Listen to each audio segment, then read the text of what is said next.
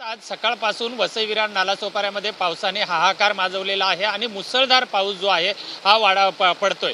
सध्या मी वसई विरार महापालिकेच्या मुख्य कार्यालयाच्या समोर उभा आहे।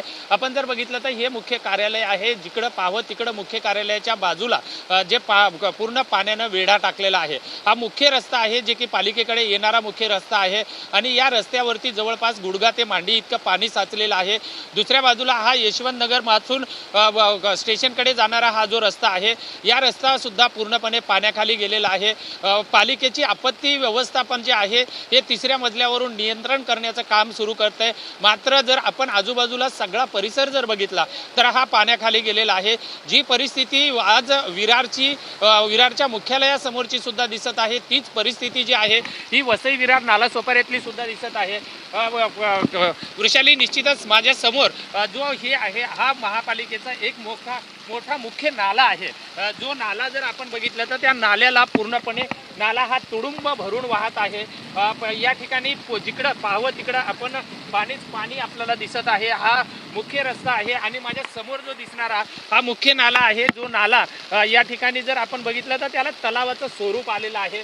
हे जे बघितलं तर पूर्ण परिसर हा पाण्याखाली गेलेला आहे आणि जर तलावामध्ये जर बघितलं तर हे आपल्याला नाला आहे का तलाव आहे हे सुद्धा कळणं कठीण आहे। आणि हा सर्वात मोठा जो विरार ईस्ट कडून वेस्ट कडे जाणारा हा नाला आहे। आपण जर ह्या नाल्याची स्थिती जर बघितली तर पूर्ण कचरा भरलेला आहे या नाल्यामध्ये आणि नाल्यामध्ये कचरा भरला असल्यामुळं या ठिकाणावरून पाण्याचा जो निचरा आहे हा निचरा होत असताना आपल्याला पाहायला मिळत नाहीये।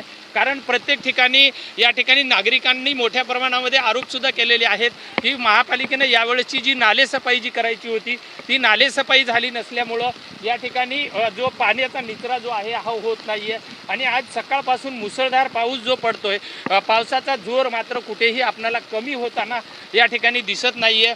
आणि आज पालघर जिल्ह्याला आज आणि उद्या 2 दिवस हे पालघर जिल्ह्याला रेड अलर्ट दिलेला आहे, अतिवृष्टीचा इशारा आहे। नागरिकांना घराबाहेर पडू नये असं आव्हान केलेलं आहे। शाळांना पूर्ण सुट्ट्या दिलेल्या आहेत। प्रशासन सतर्क असल्याचं सांगण्यात येत आहे।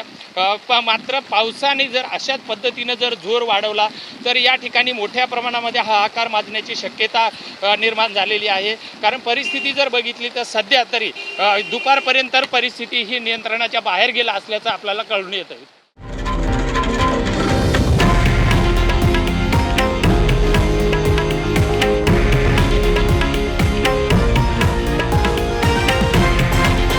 हे आहे देशातील नंबर 1 न्यूज नेटवर्क आणि आपण पाहत आहात TV9 मराठी, एकमेव।